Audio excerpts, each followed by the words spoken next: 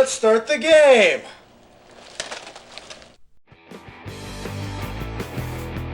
Before there was Bit Trip Runner, there was Pepsi Man. Pepsi Man is approximately 75% of the reason that I got an X-Station ODE for my PlayStation 1. And I'm not kidding. I really wanted to play Pepsi Man on authentic hardware, but it was only released in Japan, and the PS1 is region-locked. Was there something keeping me from just emulating it on my PC? No. Did I think Pepsi Man was going to be a legitimately good game? Of course not. Did I spend years making it my mission in life to play it on real hardware anyway? You bet your Pepsi chugging ass I did. Pepsi Man may not be a good game per se, but it's definitely not a bad game. Actually, it's probably exactly what Bit Trip Runner would be if it had been made during the PS1 era. It's an obviously low-budget game, but the developers ended up using that to the game's advantage by really playing up the campy, low-budget charm. There are 4 stages, each consisting of 3 parts. The first 2 parts, or scenes, in each stage are your usual runner levels, where you run through a world dodging obstacles that appear either by moving to the side, jumping over them, or sliding under them. You can also do a very brief boost run and smash through some obstacles, but that's not really necessary until the second half of the game. The third part of each stage involves running towards the screen rather than away from it as you try to outrun some giant thing like a massive Pepsi can chasing you. If you play the original Crash Bandicoot on PS1, then you know exactly the kind of thing I'm talking about. These were always the hardest levels for me because running towards the screen means you don't get to see what's directly in front of you and you have very little time to react to oncoming obstacles since you don't have that distance view in the front. Fortunately, if you run out of lives and get a game over, you go to the main menu where you can save your game and restart from the last scene with the default 3 lives. Between each stage, you're treated to a gloriously grainy live-action scene of a pretty typical overweight American drinking Pepsi. That's it. That's the whole scene each time. Just a fat American sitting in a chair, watching you play Pepsi Man on a TV and drinking Pepsi.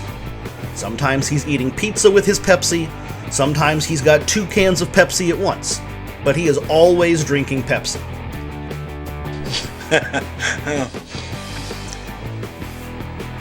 You're doing pretty good.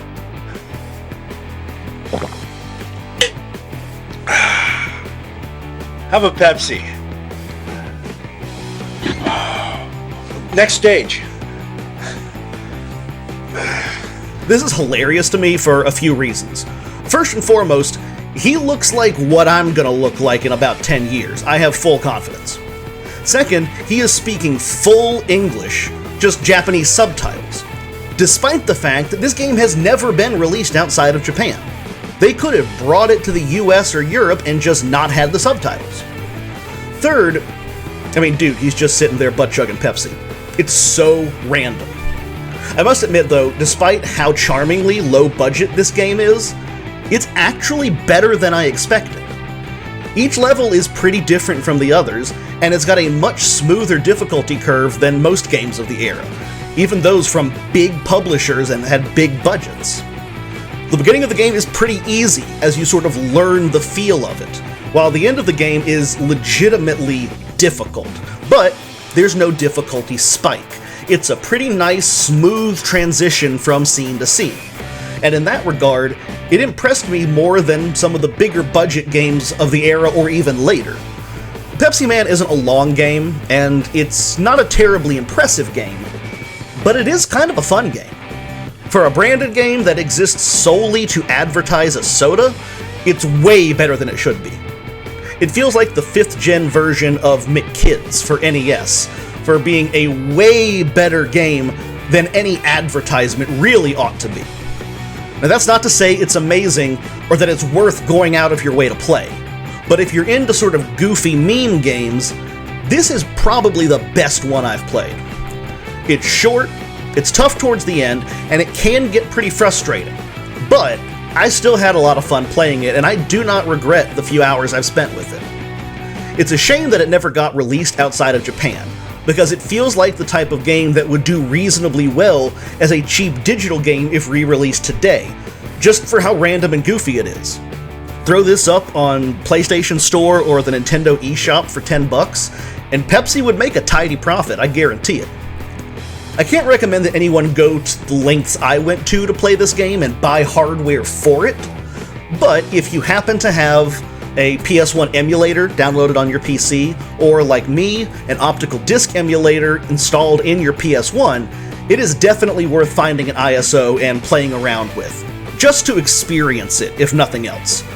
There are certainly way worse ways to spend an afternoon. My rating for Pepsi Man on the PlayStation is a C.